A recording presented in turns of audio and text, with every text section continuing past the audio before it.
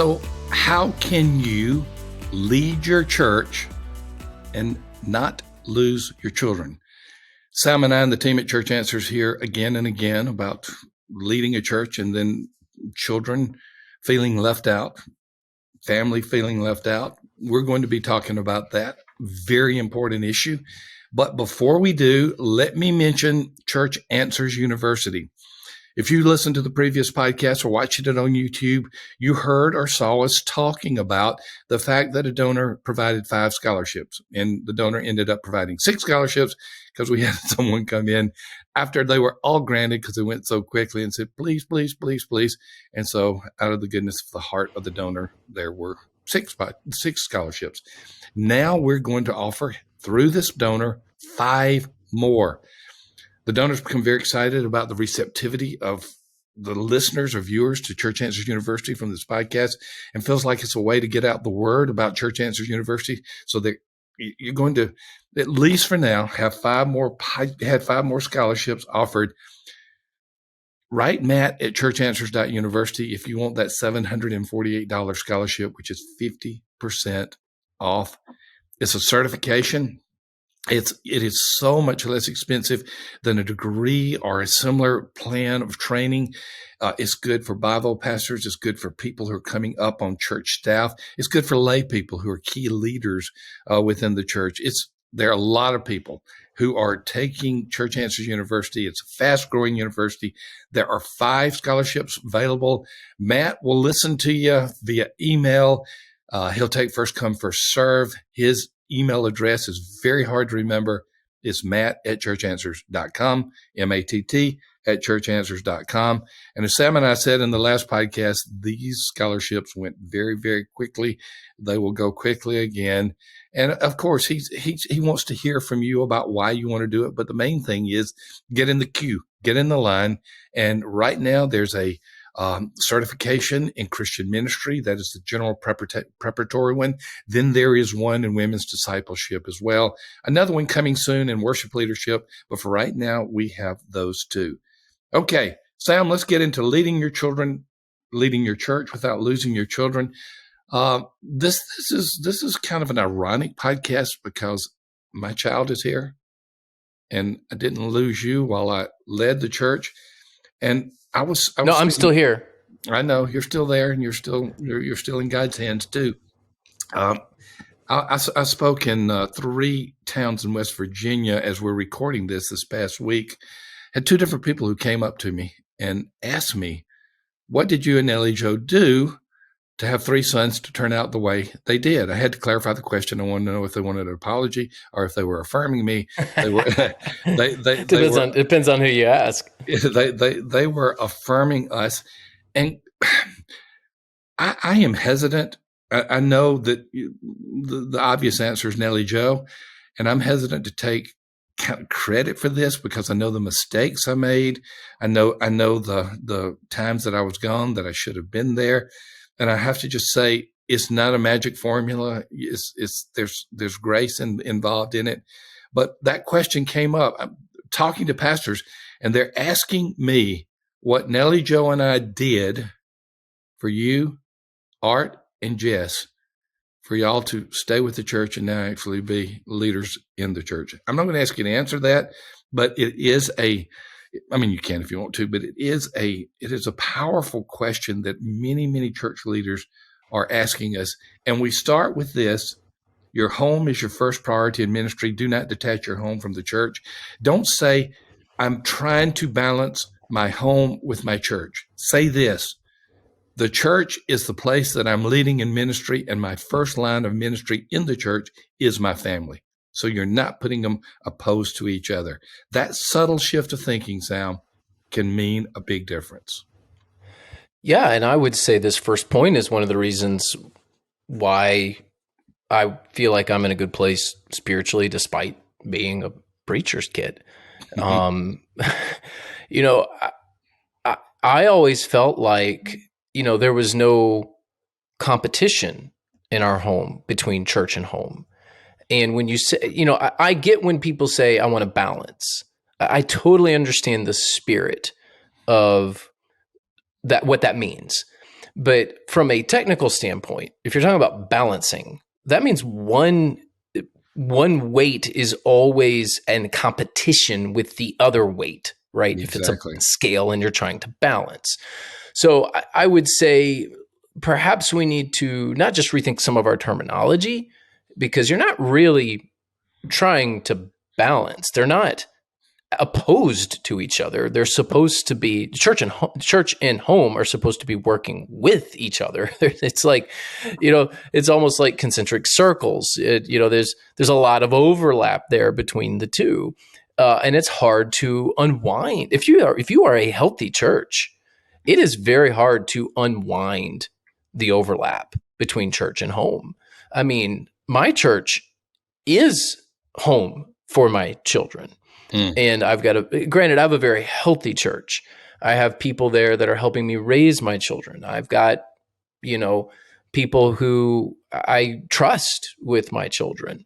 I love our student ministry and Pastor Devon. I love Brandy and our children's ministry. I have kids in both, and I wouldn't trade that for anything. So I would just say, let's be careful about positioning the conversation or home as such to where it's like, well, I need, it's almost like the activities in our home are in competition with the activities in the church, and we need a break from church. We got to get away from church so we can focus on the home. And I don't know that I don't think that's a healthy perspective at all, because what you're telling your children is there's a competition here, and there's not. You are in a very healthy church. There's no such thing as a perfect family. There's no such thing as a perfect church. So we'll get that out of the way. But I can tell you that West Bradenton in Bradenton, Florida, you've been good for the church, but the church has been good for you and the family as well. Incredible church, incredible people there. And you started talking about how some have kind of adopted kids. I could go down some names of people in your church that I've seen do that, but you have not always been in a healthy church. There have been, and I've watched them, whereas I will name West Bradenton, I will not name any others on this other side of the ledger, the unhealthy churches, but you still came out of those churches with children who love the church. Our second point, even in unhealthy churches, there can be healthy relationships with your children. Yeah, and this is on you as a parent, right? So yeah, my previous church that really did some harm to my oldest daughter. Now, she's recovered, she's fine. I don't know that it's long-term damage or anything like that, but there was trauma, mild, but trauma nonetheless.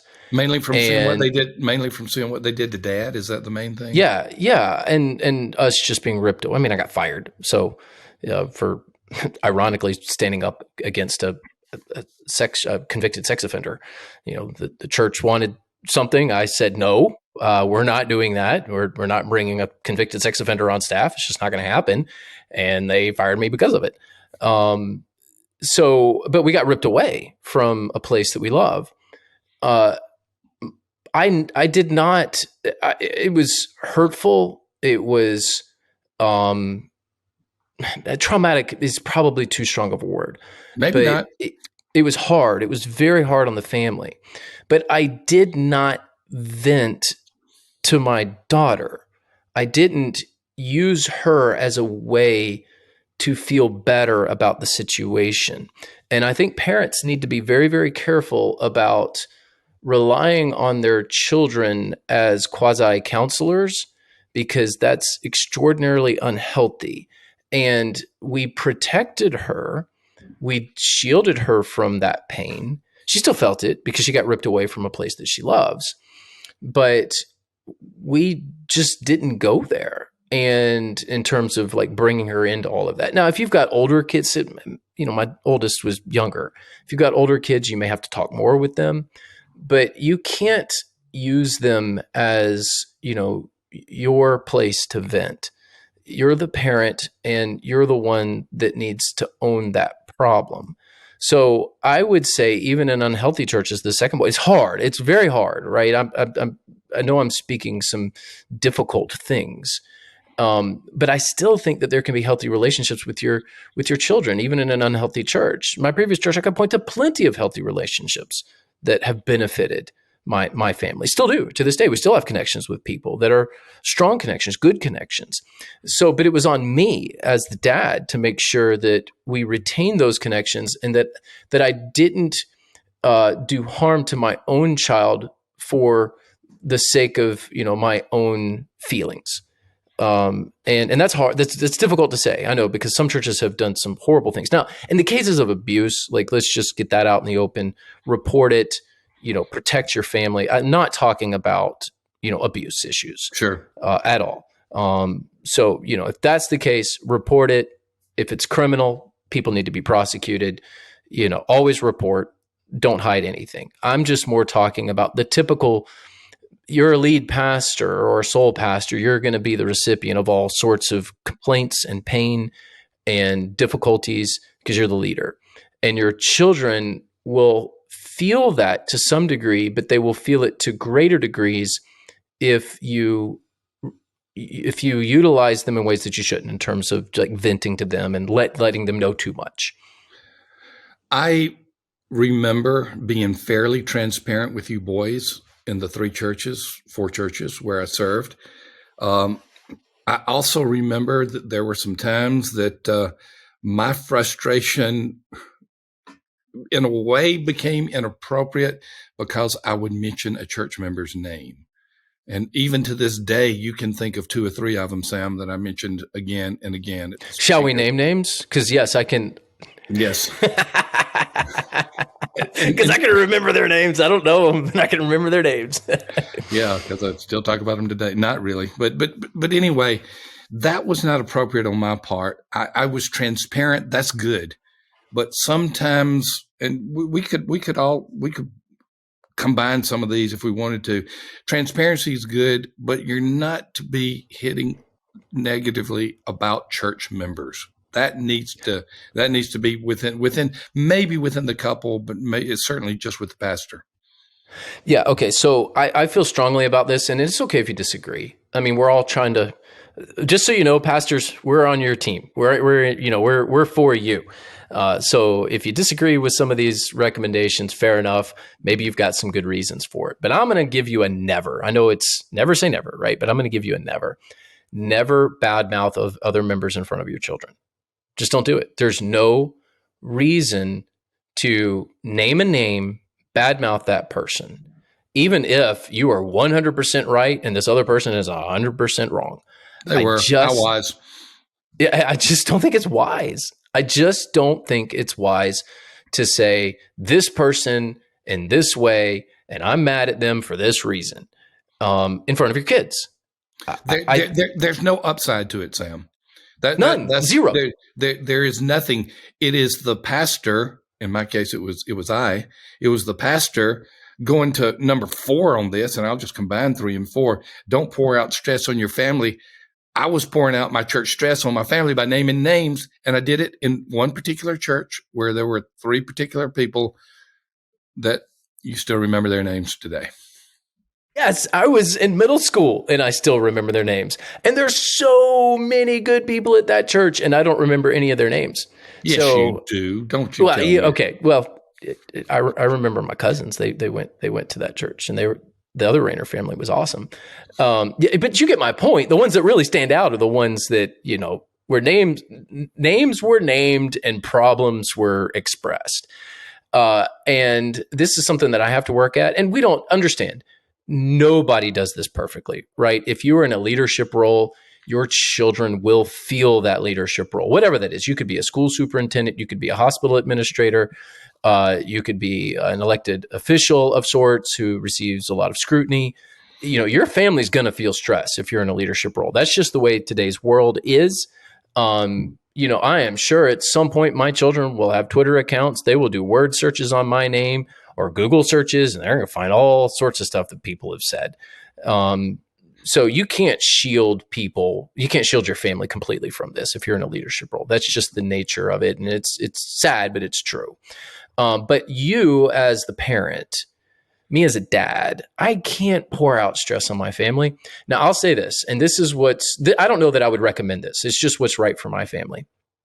I learned I used to share almost everything with Erin, my wife, almost everything, because I felt like it was important for me to be transparent with her. But you know what I learned? It was much better for her if she didn't know nothing. So I don't share hardly anything with her anymore when it comes to church related stuff, particularly stressful things. Now, I was different. And the reason I was different, Sam, is because, first of all, I show my emotions more than you do. I carry my emotions more than you do. I know that you can get really excitable and all those kind of things. But when it comes I'm hyper. to you're hyper. But I wear my emotions on my sleeve more readily than you do. And so if I came home, your mom would look at me and she would know immediately that something was wrong. And well, Erin does too. Yeah, but your mom won't know what's wrong. Erin's okay without knowing. Yeah, Erin, is everything all right? Erin will be, is everything all right? But you don't want to know. And she's like, okay. All right. So I could not say that to your mother, and you know that full well. So let's don't have a universal rule here not to talk to spouses about problems. You and I both have unique wives. Everybody has unique wives. Agree. So this one, I agree. I'm not going to never say never. I know I said that about bad mouthing other members in front of your kids. With your spouse, that is a different thing. You need to meet them where they are when it comes to the job. And that's what I did with my wife. Now, if Erin really wants to know something, I would never keep anything from her at all. But it's much better for our marriage, much better for her, much better for our children. If I think, you know what, this thing's going to be resolved in a week or two or a month, it's not going to be an ongoing issue. It's not like I'm being threatened in any way. It's just better if she doesn't know. It has helped me out tremendously. So I'm just speaking to those who may be trying to work through this, who perhaps have a wife like mine. Of course, if your wife wants to know, you should share. If you're a woman in ministry, you should share with your husband. Of course, but I'm just saying. I'm saying there isn't a universal reality here, and my wife does a lot better without knowing. So maybe that will help somebody. I think there's another guiding principle on this. If your spouse will hear about it inevitably from someone else, don't let that happen. If your spouse of course inevitably will find out from someone else, you tell her, right? Yeah. Yes. That is very true. Yes. She needs to hear that from me first. If it's a big issue, no doubt. Well, let's get to some of the positive. Lead your home and your church with an optimistic outlook. Why should you not? We know that there are always problems in homes. We know that there are always problems in churches, but you can choose the focus that you are going to have. And you can have a positive focus in your home. You can have a positive focus in your church. And I will say this, Sam, in those homes, in those churches where the leader has that type of positive outlook, I don't want to be universal here, I typically see much healthier families and much healthier churches. That type of faith-based positivity, not human-induced positivity, but faith-based positivity makes a difference in the institution of the family and the institution of the church. Yeah, I mean, one of the most caustic attitudes you can have is I can't. Here's all the reasons I can't. But one of the most contagious attitudes that you can have is God can. Mm-hmm. And we need to be more of a God can people than an I can't people. And I think part of that is, and I'm not talking about being, a Pollyanna, and, just kind of having your head in the sand, to mix some metaphors there. But what I am talking about is, people are going to look to you to get to a better, if you're a leader in your home, you're a leader in the church, people are going to look to you to get to a better place. And if you are always coming to people with pessimism, what you were telling them is it's going to be the worst. Mm-hmm. And I just don't, and maybe there is a time to quote unquote be a realist and share with people, hey, the worst case scenario is about to happen. Okay. But for the vast majority of decisions that you're making, both in your home and in your church, you need to have an optimistic outlook. Like, no, we're going to get to a better place. It's not about I can't, it's about God can, and continuing to lead with that God can attitude. And a way to have that God can attitude is to be a leader in prayer and in the Word, and have devotions with your family. I wish I had had an NLT Bible for you boys when you were little. But do you remember the Bible I used with you three boys? Do you have any memory of it? I still have my old Bible drill Bible. That one I remember. No, this one was a cartoon Bible. And it went from Genesis to Revelation with cartoons, like a comic book. I do remember that one, yes. But that's what we would read together at night, and that's where we would have prayer time. And those are good memories for me and the family. But if you're going to have this outlook of positivity, it's got to come from God, not some type of human source, but it's got to come from God. Where? Prayer and the Bible. Yeah, I when I do counseling sessions with people, particularly families, are you praying together? Are you doing devotionals together? And are you attending church regularly together? That'll solve 99% of your problems right there. Won't solve everything, but just about everything. Pray regularly together, study your Bible together, and be very faithful weekly in church. And believe it or not, that works. Oh, it works. So, I pray every night, well, most every night with my family. I will say my wife does more of the prayer with children, although I don't neglect that as well, but I pray with her. And there are many nights where we're both praying with our children. We have a Bible verse every morning that we discuss.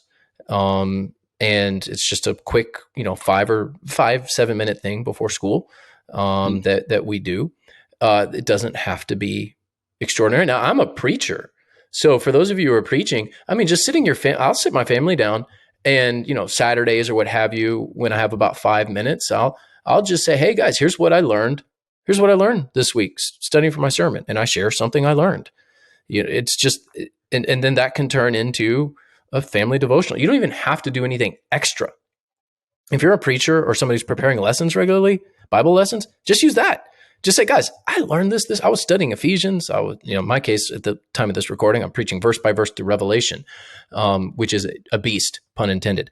And it's a bad dad joke. So I'm, we're talking about stuff that we see. I'm talking about eschatology with my kids because that's just what I'm preaching on. So it doesn't have to. My point is, it doesn't have to be hard to do this. And if any of you are wondering about Sam's hat, TB, it's the Beast. That's exactly why he has it for the book of Revelation, the Beast. No way. Go Rays, raise up. Great start to the season. Tampa Bay. Hey, before we go, tell them about Tyndale's new book out called Deconstruct Faith, Discover Jesus by Preston Ulmer. Excited about this book. We are, and we're grateful to Tyndale for publishing this book. What if deconstructing your faith wasn't a phase, but a holy process? Are you desperate to be in relationship with family and friends who are questioning their faith? Are you experiencing your own deconstruction of faith? Okay, so here's your invitation to rethink everything you thought you knew.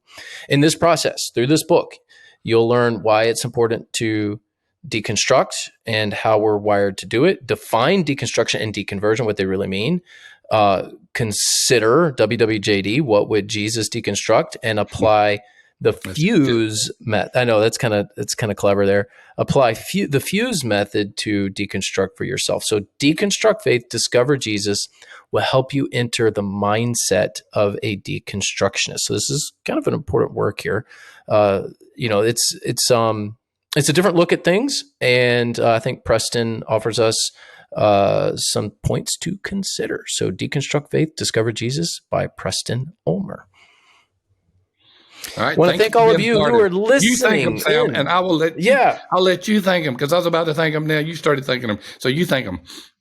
You know what, YouTube viewers, good to see you.